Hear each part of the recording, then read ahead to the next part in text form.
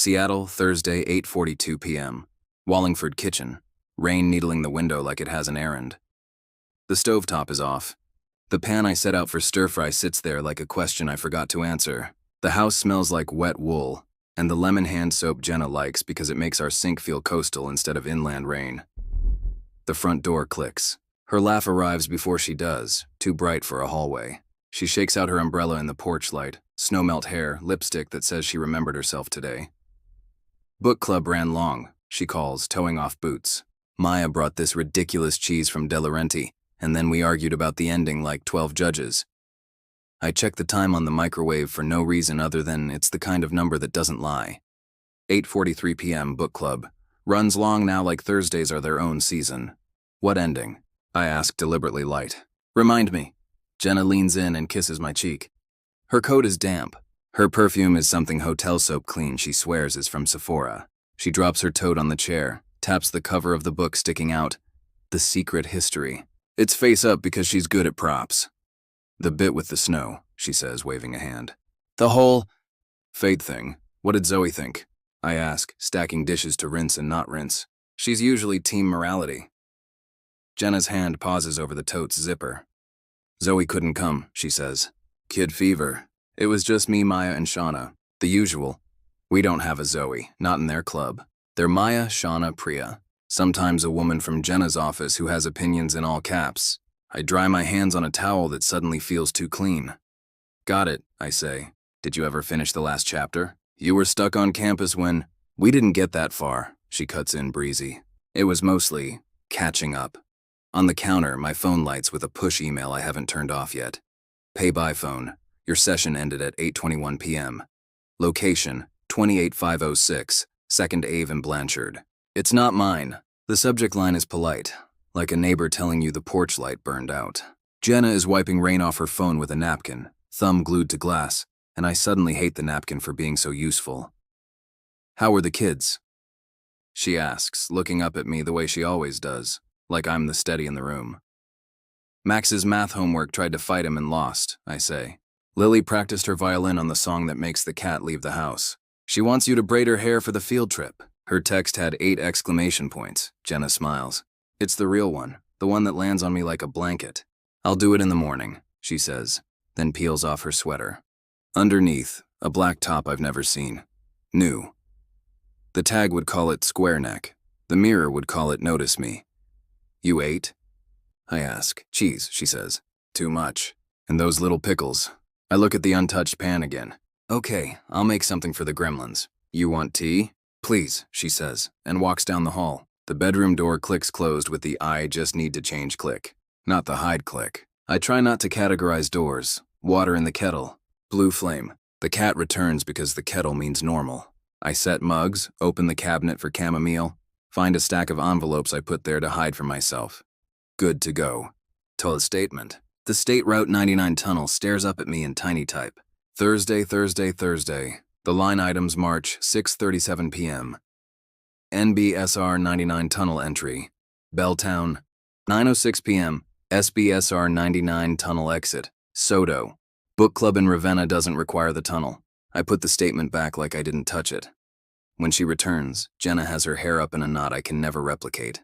She takes the tea and perches on the stool, bare feet on the rung. She has the tote between her ankles like a guard dog. I've never noticed that before, and now it feels like it's the only thing in the room. Did you guys plan next month's book? I ask, fishing for something simple to hold on to. Yeah, she says. A Little Life, I blink. You hated A Little Life. She shrugs, a new shrug I don't know. I can hate read. A drip from the umbrella bucket lands in the silence and becomes an entire weather report. I want to ask about Pay by Phone and SR99, and why her perfume tonight is not the one that lives on our dresser. I want to ask about the black top. I want to be wrong so badly my ribs ache from the contortion. Thursday pizza? I say instead, because our bodies need fuel even if the story does not. Sure, she says, relieved too quickly. Half mushroom, half whatever the kids will actually eat. Friday, 10:18 a.m., office break room, South Lake Union. The espresso machine hisses like it has gossip. I stare at the pay-by-phone email again, at location 28506 like it's a coordinate system out of a spy novel. Google it. The map bubble lands in Belltown, 2nd and Blanchard, around the corner from a boutique hotel that sells lobby plants for more than our grocery bill. Dude, you okay? Phil asks, rummaging for stale biscotti. I say, which is the sound adults make when they can't tell the truth at a sink. He follows my gaze to the screen. Pay by phone, he says. I hate those emails. Why do they send them if they end the session automatically? I ask, as if the question is about user experience and not whether my life is tilted. So you feel seen while you feed the meter, he says. Where's 28506? Belltown, I say, and take a sip that burns my mouth. The pain is clean. You ever go to book club in Belltown? Is that a bar? He asks. And then, because he's Phil. If you need to borrow my dog, he's free therapy and he doesn't care if you cry. I nod. Thanks. Back at my desk, I open the good to go statement and draw a stupid little star next to the Thursdays. There's a tidy rhythm to the betrayal of infrastructure. In at 6-something, out at 9-something, 3 weeks in a row. There are bus lines running through my marriage and I've never learned their numbers. I search my email for pay by phone and learn that you can share logins. Of course you can. Convenience for families, the website says. I look at our shared Apple Calendar. Book club has 3 little repeating dots, color-coded mint. Under location, it says Maya's, Ravenna. I click the pin. It opens. It's a house we haven't been to since October. The most recent note in the invite. Bring dessert. In my head, I can taste the lemon bars Jenna made the last time, and how we ate them standing at Maya's counter while the dishwasher made a drowned bee noise. I text Maya.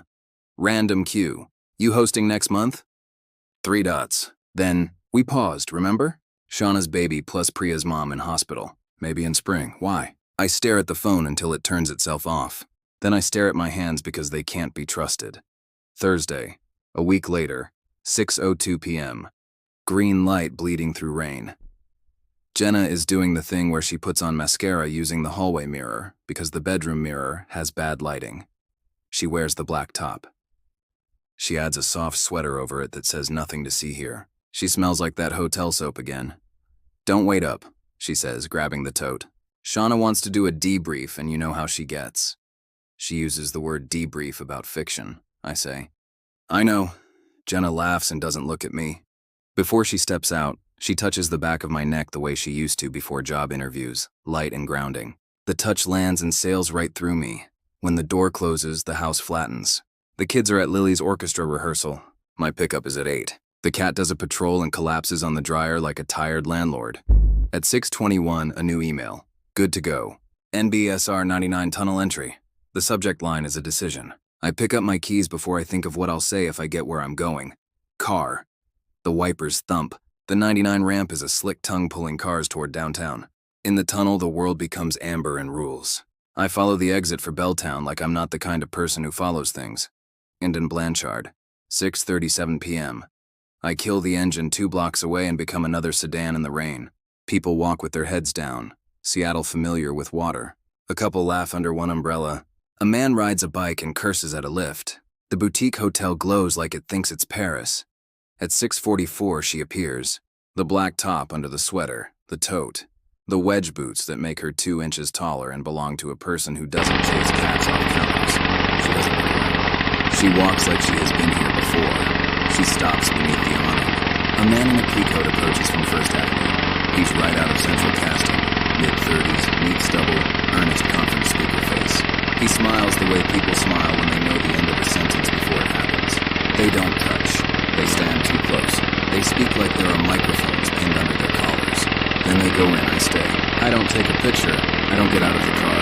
The rain makes a galaxy on my windshield and I let it. At 7:03, a pay-by-phone email pings. Your session started. Location 28506. I almost laugh because the universe is committed to the bit. I screenshot it. My thumb shakes enough to blur the button, and I have to steady it on the steering wheel. At 7:07, my phone buzzes with Jenna's text. Shauna brought that dumb cheese again. You would hate it. I stare at the bubbles she sends me from the lobby with velvet chairs and a fern wall. 8:01, 8:27, 8:52. A doorman holds the door for a woman in a red coat. A delivery guy carries 3 pizzas into a building and smells like oregano. A bus sighs and kneels. At 9:06, my phone lights. Good to go.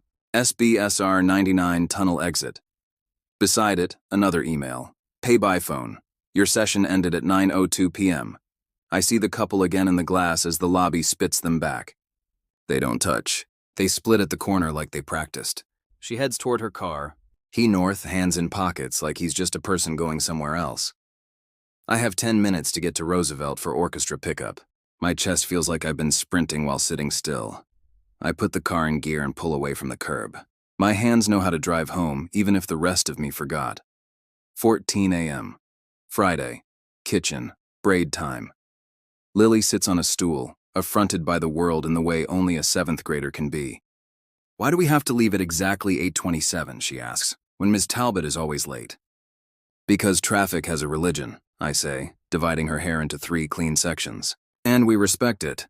Jenna pours coffee back to us. The black top is folded on the chair like a decision made. On the counter, a small square sleeve peeks from her tote's inner pocket. Key card holder. The State Hotel. My brain keeps reading it wrong. The state of us. I braid and don't look up. What time is book club next week? I ask.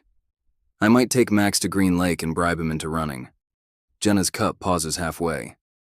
She doesn't turn around. We're skipping next week, she says. Priya's mom. Remember? Right, I say, finishing the braid, tying the elastic. Hold your head up. Lily checks herself in the phone camera. Do I look like someone who can survive a ferry ride with 2 teachers and 30 kids? You look like the captain, I say. Jenna hands her a lunch bag. Text me when you get on, she says. And don't lean over the rail even if someone says you can see jellyfish. Lily rolls her eyes and smiles and slings her backpack. She kisses Jenna's cheek, then mine. Don't fight about coffee again, she says. The way kids do when they know the shape of a house by the echoes it carries.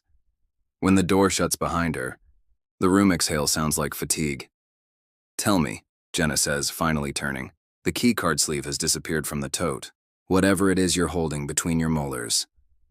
I look at her and remember the woman who wore hospital socks to give birth because she liked the grippy bottoms. The woman who cried at a commercial because a golden retriever aged in 30 seconds. The woman who labels school lunch donations with encouraging post-its like you matter more than mustard.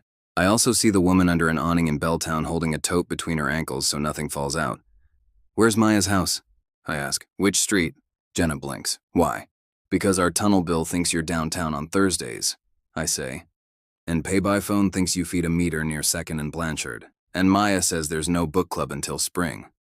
Her face goes very still in the way of someone who learned to freeze before they learned to answer. You went through my email. They email me too, I say. Shared logins. Family's inconvenience, I swallow. Who is he? She rubs her thumb along the seam of the mug. No one, she says. The oldest lie in the city. I saw you, I say. And the words feel like stepping onto a frozen lake and hearing the first crack. Not anything. Just the door. The lobby. You and a man in a coat. I watched the rain more than I watched you. Jenna nods, tiny once. She puts the mug down with care like it might break the counter if she's careless. How long? I ask. I am not yelling. My voice has found the narrow place between fury and grief and set up a stool there. 7 weeks, she says, eyes on the wood grain. Thursdays. That's all, I laugh once. There's no such thing as that's all. It's not, she starts and stops. She tries again. It's not what you think. I think you made a system, I say. You made a location and a time slot and a key card and a text to your husband about cheese. She flinches, not at husband, but at system. Don't call it that. What should I call it? I ask. And every word is a match in a wet book. She meets my eyes then, finally. Hers are the blue of the sound on a day that wants to be bright and fails. I'm not going to lie to you right now, she says, and the right now lands between us like a wire. It's something I let happen, because I felt like a ghost and then I felt like a person, and I didn't know how to stop wanting the person feeling. I told myself it was a room where I could breathe and then I built doors so I could go back. I didn't think about the toll. That's literal and metaphor. I press my thumb into the edge of the counter until it hurts. There are children, I say. There is a mortgage. There is a Thursday pizza that shows up whether you order it or not. She nods again, like a pen on carbon paper. I know. His name, I say. She closes her eyes. Opens them. No, she says, and it's soft and hard at once. Not yet. You'll do something cinematic and I don't want to watch you be that version of you. What version is that? I ask. The one who drives through rain to make a scene, she says. You don't want to be him either. I want to throw the mug. I want to throw my phone. I want to rewind to a time when evidence lived only in novels. Instead, I nod, because it's the thing keeping the room upright. I'm calling a lawyer, I say, because if I don't say it now, I will never say it. Not for a war. For a map, she swallows. Okay, and a therapist, I add, for me. For us, if there is an us after this conversation. Okay, she says again, voice small. She stops. I'll go to my sister's tonight. I'll tell the kids I have a work thing. You can tell them whatever feels least like stepping on glass. I shake my head. No more work thing lies, I say. We'll tell them there's a grown-up problem and we're taking space to be good at making decisions. The cat jumps up and headbutts her hand like it doesn't get paid enough to read rooms. She scratches his chin and then pulls her hand away like the fur is electric. I'm sorry, she says. The word's a weather pattern with no storm name. Don't apologize yet, I say. Not with a keycard in your bag. She flinches at bag more than apologize. Outside, the rain takes a breath. On the table, the book club paperback looks up at us with a cover that once promised distraction, and now is a witness. I pick it up and see the receipt tucked inside from last week. Boulevard parking, 7:11 p.m. Belltown again. The paper is thin and everything else is heavy. I'll pick up Lily, I say. You get Max, 6:30, be here at 7. We'll eat something that doesn't make anyone cry, and we'll say the words, "We love you" too many times. Jenna nods. She takes her coat. She stops at the door and looks at me like the hallway might eat her. Do I pack a bag? She asks. And it's the saddest sentence I've ever heard in our house. Yes, I say, because clean lines are kinder than smudges. For a few days, she nods. She opens the door. Rain steps in first. Then she's gone. I stand in the kitchen and listen to the kettle remember how to sing. Friday, 3:12 p.m., Pioneer Square. Brick streets slick with rain. Gulls heckle from the roof lines like they own the lease. The law office is up a narrow stairway that smells like wet wool and copier toner. Washington's no fault, Ms. Klein says, sliding me tea that tastes like the color beige. The court won't weigh adjectives like betrayal. It will weigh conduct. We can do 2 lanes. 1, a temporary separation with written boundaries. Or 2, file for dissolution and ask for temporary orders. Who lives where? Who pays what? A parenting plan. Either way, the house stays quiet while grown-ups get their act together. I don't want a war, I say.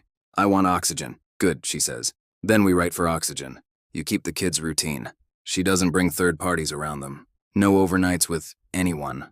If you need it, we ask for exclusive use of the home during the cool down. Finances? Freeze anything joint above normal living expenses. 2 signatures for transfers. And, she taps her pen. If there's deceit with community funds, we mark it. Washington is community property, but judges don't ignore dissipation.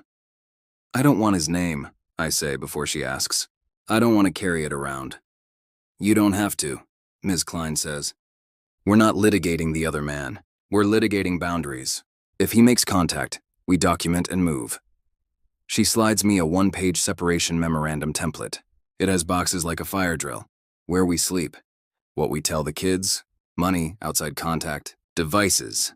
The box that hurts most is the smallest. Honesty. Get this typed tonight, she says. If she'll sign, you breathe. If she won't, we file Monday. I'm not a fan of gray areas. Outside, the rain has turned to a curtain of needles. I stand under the awning and call Phil. You have dog time? I ask. Affirmative, he says. And I also have mediocre soup. Come over.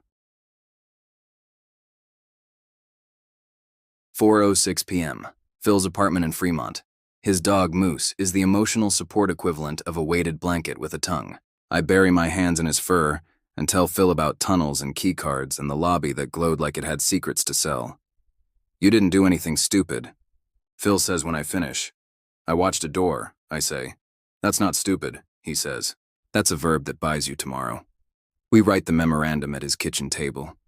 Phil, who once mediated a fight over whiteboards like it was the UN, helps me phrase without blood. We add, no deleting messages, no new passcodes, shared calendars restored. We add, no new lies. When I leave, Moose lumbers to the door and leans his whole dog against my shin. I promise him he did good work. 58 p.m. Our kitchen. Mac and cheese in a pot that has seen better days. Lily is sawing carrots into coins. Max is explaining pick and rolls to the cat with the authority of a sportscaster who never checks facts. Jenna walks in with the bag that holds overnight decisions. She looks smaller and older and like she practiced not crying and then forgot how. We're going to say a grown-up thing, I tell the kids. The script Ms. Klein slid onto her template also open on my phone. It's not your fault.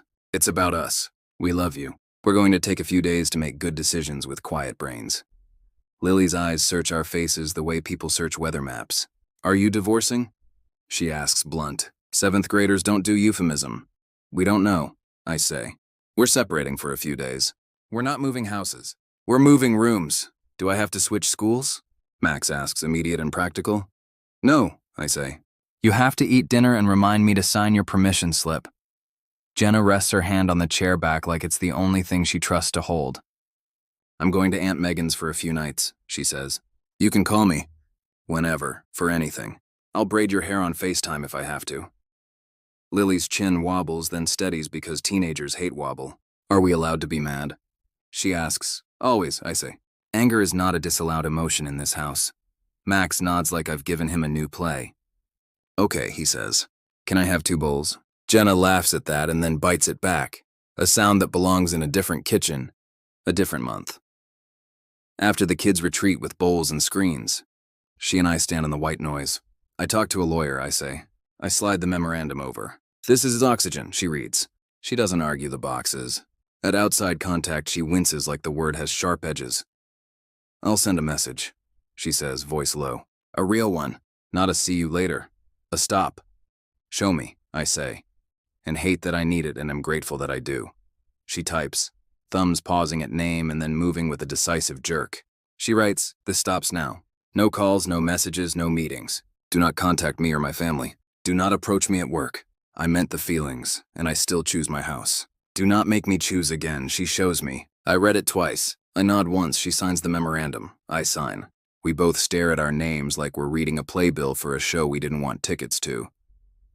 At the door, she sets her bag down, then sets it back up, then settles on a middle place. Do I say goodnight? She asks. You text when you get there, I say. I'll be up, she nods. She touches the doorframe the way athletes touch signs before a field. Then she goes. Saturday, 9:12 a.m. Ballard, Dr. Cho's office, sand-colored chairs. A diffuser that smells like someone's idea of forest. Dr. Cho is in her 40s with the face of someone who can hold fire and not spill it. I do discernment counseling, she says. Pen resting on a closed notebook. We're not here to stitch a relationship back together with slogans. We're here to figure out which path hurts less in the long term, together with repair or apart with grace. The first rule is no pretending. We sit, stiffer than brand new shoes. I talk first. Facts, not footage. Tunnels, emails. The lobby I photographed with my eyes and didn't with my phone. Jenna speaks when Dr. Cho nods at her. 7 weeks. Thursdays because they were easier to lie about. A man from a cross-team project. Not my boss, she says quickly. As if that line matters to some part of me she still knows. Why him? Dr. Cho asks, flat and kind. He listened like there was no laundry, Jenna says, eyes on the carpet. He looked at me like I was a person who had ideas that weren't lists. And you felt? What? Dr. Cho prompts. Remembered, Jenna says. Seen. She swallows. I know how that sounds. I hate the script I'm quoting. What did you feel when you walked into your kitchen? Dr. Cho asks. Like I broke a thing I can never unbreak, Jenna says. And that truth cracks something open in her voice. Dr. Cho writes one word. Boundaries. Our options, she says, depend on 3 commitments. 1. Full stop of outside contact. No loopholes. 2 transparent devices for now. 3. A timeline for a full account. Not details for punishment, but so the injured partner's brain can stop inventing worse stories. If you can't live with those, we plan a respectful exit. I nod. I'm not hunting names, I say. I'm hunting for the part of me that can sleep. We can schedule 2 individual sessions next, Dr. Cho says. We'll set a check-in in 2 weeks. No promises. Just work. Outside Ballard Avenue is a wet postcard. We walk past a bakery window sweating sugar at the glass. Jenna stops. Do you want coffee? She asks. I want a day where coffee is just coffee, I say, and my voice fails on the last word. She nods and doesn't touch me. It's the kindest thing she does all morning. Sunday, 7:03 p.m. Dining table with too many placemats. We FaceTime Aunt Megan. Her living room looks like a guest room lived in. The kids tell her about field trips and math like the world is still the same size. After bedtime, Jenna texts, "Arrived. Door lock's weird. I brought the braid elastics you like. Tell Lily I can still braid on Tuesday." I type, "Memorandum. Don't forget school pickup schedule." She types, "Got it. Thank you for not smashing the whole house." I stare. I type, "It's our house, Monday, 11:18 a.m., HR, South Lake Union." My hands shake, so I tuck them in my pockets while I talk to Erin from HR about leave codes and flex time for family matters. I don't say the word I'm not using. I say temporary separation, and she nods like she's got a drawer labeled for that. "If you need EAP," she says, sliding a card with a number, "counseling vouchers, and," lower voice, "if there's a conflict at her workplace, document and call me. We don't weigh in on marriages. We do weigh in on conduct that bleeds on the floor. I didn't come in for vengeance." I file the card anyway. 40 p.m., car line. Lily climbs in, violin case thunking the seat. "Ms. Talbot said we sounded like a train braking," she says. She meant it as a compliment. "Seattle compliments are very specific," I say. She eyes me. "Are you sleeping?" "Enough," I lie badly. "You should do the thing where you listen to Rain on YouTube," she says. "But pick the one with thunder. The ones without thunder are for posers." "Duly noted," I say, and it lands like grace. Wednesday, 7:12 p.m., kitchen. The memorandum sits under a magnet shaped like a salmon. Jenna comes by to cook with the kids, one of the boxes we checked under routine. She chops onions like she owes them money. The house smells like garlic and effort. My phone buzzes. Unknown number. I let it go to voicemail. Then the transcript lands. "This is Deacon from the State Hotel. We're calling to confirm." I delete before the sentence can finish itself. I walk to the fridge, peel off the memorandum, slide it in front of her wordless. She reads the outside contact line, nods once, and then she dials a number with a steady hand. "Hi," she says, voice ironed flat. "It's Jenna Reed. Deactivate my card ending 1742. Remove my name from any future bookings. If there are any, there shouldn't be." She listens. "Yes, I know. Thank you." She hangs up and doesn't look at me. "They'll send an email," she says, "so you don't have to play phone whisper." "Thank you," I say, and mean it harder than it sounds. Thursday, 6:19 p.m. I watch the Tunnel Bill app out of reflex. No ping. At 7:03 my phone vibrates anyway. "Pay by phone. Your session started." My chest goes hot and then cold in one breath. I open the email. Location 96061. Roosevelt High School staff lot. Lily's orchestra concert. I laugh at myself without kindness. At 7:28, we sit in a gym that smells like varnish and raincoats. Jenna sits 2 chairs away, an aisle of air like a truce. Lily lifts her violin and looks for us. We raise our hands in that parental semaphore. They play a piece that sounds like a train braking, and this time it is a compliment. After, by the folding chairs, Jenna whispers, "I sent Dr. Cho my full timeline. Dates, times, I'll send you the neutral version. No footage, just scaffolding." "Okay," I say, and my ribs loosen by a millimeter. Friday, 8:50 p.m., living room. The timeline arrives in my inbox. 7 Thursdays. 2 coffee meetings that were prelude. One night she almost and then did. The night I watched Rain. She includes receipts not to convict herself, but to make my brain stop building worse buildings. It's not a prettified story. It's not a purge. It's a map. At 9:12, a second email. Subject, boundaries I can live with. The list is not theatrical. No more tote that only goes one place. No more perfume that lives at Sephora but not in our house. Shared calendars reset to truth. Full stop on hotel lobbies. She writes, "I pick our boring. If you let me." She does not ask me to forgive her. She asks me to choose. I don't reply. Not yet. I close the laptop and listen to the house breathe. The radiator clicks. Somewhere outside, someone laughs too loudly on the sidewalk. Upstairs, Max is asleep in a nest of jerseys.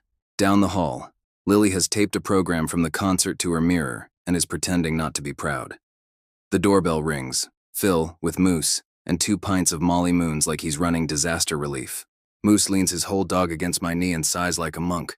"Where are we?" Phil asks, mouthful of ice cream. "In the middle," I say. "Okay," he says. "That's still somewhere. Saturday, 10:03 a.m., Golden Gardens, gray on gray on gray." Families try to pretend cold is a choice.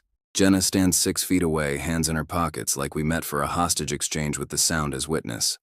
"I called him," she says without preamble, "from my sister's landline because I didn't want anything.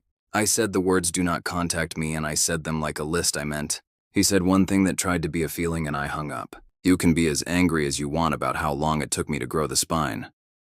"I can be angry and also notice the spine," I say. She nods, breath gusting like fog. "I don't expect you to forgive me," she says. "I'm not asking you to pretend. I am asking to keep showing up for the casserole parts of this life. Carpools and permission slips and the cat's vet appointment, and Lily's horrible poster board project. We have 2 lanes, I say, hearing Dr. Cho in my head. Together with repair, or apart with grace. She looks out at the water like it might answer for us. "Which one hurts less?" she asks. "They both hurt," I say. "One of them keeps the kitchen." She takes that in like a shot she didn't want but needs. "Okay," she says, "then we keep the kitchen. And we learn how to cook in it again without pretending the stove never burned us." We walk back to the car at the speed of people who aren't sure how to walk together yet. A gull laughs at us because that's what gulls do. Somewhere a kid drops a mitten and refuses to admit it's cold. My phone buzzes. Dr. Cho. "Individual sessions confirmed. Joint check-in in 2 weeks." Underneath, a message from Ms. Klein. "If you stay in separation, I'll draft a more formal agreement. If you change lanes, we file. No pressure, just options." I forward the calendar invite to Jenna. She accepts without a comment. We stop by a coffee cart and order 2 drip coffees because sometimes theater is the enemy of mercy. "Thursday," Jenna says. "I'll be at home. We can hate watch a show and make something ugly with cauliflower. We can build a new ritual where a lobby used to be." "Okay," I say. "We'll put it on the calendar. Mint." She smiles at that. Small, wrecked, real. The rain for once waits until we're under the awning to start. Thursday, 7:11 p.m., our kitchen, first new Thursday. Cauliflower on a sheet pan looks like it lost a bar fight. The recipe promises crispy. The oven promises smoke alarm. Jenna arrives 10 minutes early with groceries and a look that says she practiced being ordinary. She sets a basil plant on the counter like an apology that photosynthesizes. "No tote," I say, before I can stop myself. "No tote," she echoes, holding up an ugly reusable bag from Bartell's. The other one's gone. I mailed it to myself without a return address and watched a stranger take it. It felt theatrical. It helped anyway. We cook. She reads the recipe like it might surprise us. I lean too hard on sarcasm, then back off. The cat circles our ankles, pretending he's a health inspector. Halfway through the first episode of a show we used to watch and then forgot to. Her phone lights up with unknown. We both freeze. She turns the screen toward me without unlocking. Do I answer? She asks. "No," I say, and hear the old me in the word. "Block." She holds it, breathing shallow, then taps. "Block this caller. Report." She sets the phone face down and doesn't reach for it again. We eat on the couch. Ugly good. She laughs at a joke she used to love, hand on her own knee like she's holding herself in place. When she leaves for Megan's, she stops at the door. "Mint dot on the calendar for next Thursday?" she asks. "Mint," I say, and add it while she watches. She smiles. Small and ruined and real. 2 weeks later, 4:03 p.m., Dr. Cho's office, Ballard. The diffuser is eucalyptus today. It smells like a gym that grew up. Dr. Cho lays out 3 index cards. Accountability, restitution, consistency. "We're not here for grand gestures," she says. "We're here for a boring plan with a spine. Jenna, read the timeline you prepared. Ethan, you may ask questions for clarity only, not for pain." Jenna opens a folder in the same way you open a window during a storm. She reads. Dates, times, the first coffee that felt like oxygen, the first Thursday that felt like a dare, the night she came home smelling like hotel soap and stood too close to the sink. I ask 3 questions, each tasting like metal. Were there weekdays? No. Was he at our school night? No. Did the kids meet him? No, Dr. Cho nods once. Now restitution, she says. Jenna slides a paper across. It's not money. It is a list. 2-month separation with schedule. She will stay at Megan's Sunday, Wednesday. Home Thursday, Saturday with separate rooms. Device transparency. Shared passwords, no new passcodes without agreement. Location sharing on for 90 days. Weekly sessions, 1 joint, 1 individual. 0 contact, already in place. She prints the email confirmations from the hotel in her mobile provider's block log. Ritual replacement. New Thursday rhythm. No off-ramps. If I break any of these, she says, voice steady. I move out for 6 months and we file. No speeches. I look at Dr. Cho. Am I supposed to feel fixed? No, she says. You're supposed to feel like there's a railing on the stairs. Sunday, 11:11 a.m. Mailbox. Rain fine as ash. A small box. No return address. Inside, a wedge of cheese and wax paper and a note with handwriting that performs confidence. For your next club. My stomach flips like a bad ride. I take a photo for Ms. Klein and slide the box into a trash bag before smell becomes memory. Jenna stands a step behind me, pale, furious in a way I haven't seen. I didn't give him the address, she says. He must have...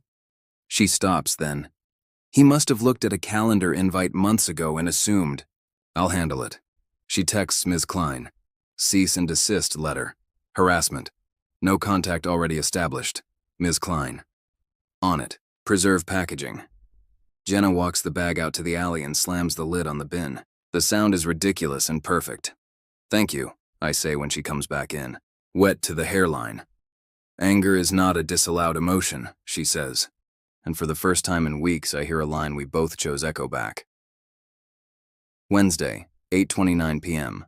Roosevelt, parking lot after practice. My phone buzzes. From Front Desk Estate Hotel. Subject, confirmation canceled. Ms. Klein CC'd. The body is 4 lines of precise no. The words no further charges are a balm. Another buzz. From Ms. Klein. Formal demand sent to the individual. If you receive any direct contact, forward immediately. We'll seek an order. I forward to Jenna. She replies from Megan's. Thank you. I'm sorry again. Mint dot still on? Yes, I type. Mint dot still on. Thursday, 7:06 p.m. Kitchen. Jenna brings a thrift store board game that looks like it survived 3 families. Lily declares it vintage and Max declares it rigged. We spill pieces. We argue about rules. We laugh, and it feels almost fraudulent until it isn't. After the kids go to bed, Jenna stands at the counter with a dish towel and says without looking up, I have to tell you something that won't help. He sent a LinkedIn message to my teammate. She forwarded it. I didn't respond. I asked HR to note it. I wanted you to hear it from me before the universe tried to make a show of it. I stare at the faucet until it blurs. Thank you, I say, for telling me ugly things first. Saturday, 5:40 p.m. Max's game. Queen Anne Community Center. Bleachers squeak. Sneakers squeal. It's the kind of noise that heals. I look up at halftime and see a shape at the far door that fits the outline my brain drew. Peacoat. Conference speaker posture. He doesn't come in. He stands like a test. Jenna stiffens beside me, hand white-knuckled on the bleacher. She takes out her phone, and in 3 taps calls the front desk of the gym. Hi, she says, calm and cool. There's a man hovering by the west door. He's not a parent. We have a no-contact situation. Could someone ask him to leave? She hangs up, meets my eyes. I'm not running to a lobby, she says. I'm calling security in mine. An attendant walks over to the door with the polite authority of someone who's broken up more pickup games than he's played. The man steps back into rain. He doesn't turn our direction. He disappears. The band in my chest loosens a notch. Max sinks a 3 and looks right at us to see if we were watching. We were. Monday, 6:18 a.m., in the kitchen before the house wakes. My phone face down, coffee steaming, the basil plant already leggy with trying. Jenna stands in the doorway in socks and says, Tell me something I don't want to hear. I blink. What? I've been doing the thing where I confess the parts that make me look principled, she says. I need you to tell me the part where I was cruel so I stop gentling it. I stare at the basil because it's easier than her face. You made me an usher at my own life, I say. You handed me a program and told me to clap at the right times. And then you slipped out a side door on Thursday nights and called it debrief. You turned truth into a prop, book covers and tote bags, key cards and sleeves, lemon bars and houses we weren't inside of. You built a version of you that got to be adored without getting breakfast for kids, and you let that version stand next to mine in the same shoes. She winces like the words went bone deep. Thank you, she says. I won't ask you to do that again. Dr. Cho said I have to learn to hold the mirror without asking you to hold it for me. We stand there until the cat yawns like the world's worst metronome. Then we pack lunches. 2 weeks later, 3:32 p.m., Dr. Cho's joint check-in. Where are you on the fork? Dr. Cho asks. Together with repair or apart with grace, Jenna. If together with repair means I live in a glass house with rules, yes. If it means we pretend eggshells are rugs, no. Me. If apart with grace means calm exchanges and shared trivia nights and I don't have to smell hotel soap again, I could do it. If it means every Thursday becomes a ghost, I don't know. Dr. Cho flips an index card. Choice isn't cure, it's compass. You can choose together now and change your mind later, she says. But make a real choice today. Your nervous systems need to rest. We look at each other, 6 feet apart on a couch built to signal neutrality. Together with repair, I say. Together, she echoes, breath hitching on the second syllable. With repair. Okay, Dr. Cho says. Then we tighten the screws for 90 days. Separate rooms at home. Fresh start in the bedroom only after you both ask. Shared finances visible. No alcohol on Thursdays. Weekly sessions. And this, she taps consistency, is the whole point. Not grand speeches. Repetition. Thursday, 8:18 p.m., our couch. We're halfway through a terrible episode when my phone buzzes. From Ms. Klein, TRO granted. A judge signed a temporary order instructing the man to cease contact, direct or indirect, with our household. Violations carry teeth. I show Jenna. She exhales a piece of air she's been hoarding. Peppermint tea or the real stuff? I ask. Peppermint, she says. I need to feel like my insides are mint. We drink. We finish the terrible episode. We don't touch. 1 month later, Saturday, 11:06 a.m., Fremont Sunday Market. Roadside flowers, a guy busking with a saw, rain holding off like it made a promise. Jenna and I stand by a stall selling old maps and newer frames. She picks up a worn postcard of the Aurora Bridge and sets it down like strategy. We need something to mark the new Thursdays, she says. Something that doesn't taste like penance. The vendor, who has the vibe of someone who has watched 3 marriages begin and end in front of his stall, holds up a small brass bell from a boat that probably never left a lake. Ritual, he says. People like bells. We buy the bell. We hang it on a tiny hook by the kitchen doorway. The rule becomes, the first person home on Thursday rings it and the other comes find them. No devices, 30 seconds of presence, then cauliflower. Then a show so bad it's good. 3 months later, 9:40 p.m., our bedroom doorway. We have not shared a bed in 90 days. The framework says we don't move rooms because a calendar flipped. We do it because we both ask at the same time. Jenna stands at the threshold with her overnight bag like she's at customs. I'm ready to ask, she says, but I can live in the other room as long as you need me to. I think of the bell. The basil, now 3 generations later in a new pot. The cat who has chosen neutrality by sitting in doorways like a Switzerland made of fur. The tunnel bills that are boring again. The pay-by-phone emails that show school lots and grocery stands, and that one time I forgot to end a session at Green Lake, and we laughed at the 2-on-10 like it was a tax on a good walk. Come home, I say. Slowly, 1 drawer. We keep the guest room made. Not as a threat, as empathy, she nods. She sets the bag down and unpacks a toothbrush like a ceremony. Epilogue. A different Thursday, 7:03 p.m. Kitchen with the bell. The bell rings. I find her by the stove, sleeves pushed up, hair in the knot I can never replicate. The basil on the sill is lush again. The cat patrols like a mall cop who finally likes his job. The kids are in and out. Lily with a saxophone solo we did not see coming. Max with a jump shot that finally listens. Jenna looks at me. I don't know if there's a point where this stops being a verb, she says. Maybe it never does. Maybe marriage after you break it is just a lot of verbs. Ring the bell, I say. She rings it. The sound is small and bright and honest. We stand in the sound until it fades, and then we start chopping.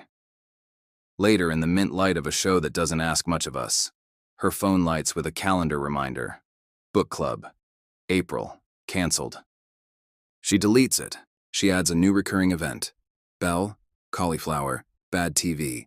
Color, mint. I watch her type and don't flinch. Rain needles the windows like it has an errand. Inside, the house chooses quiet on purpose.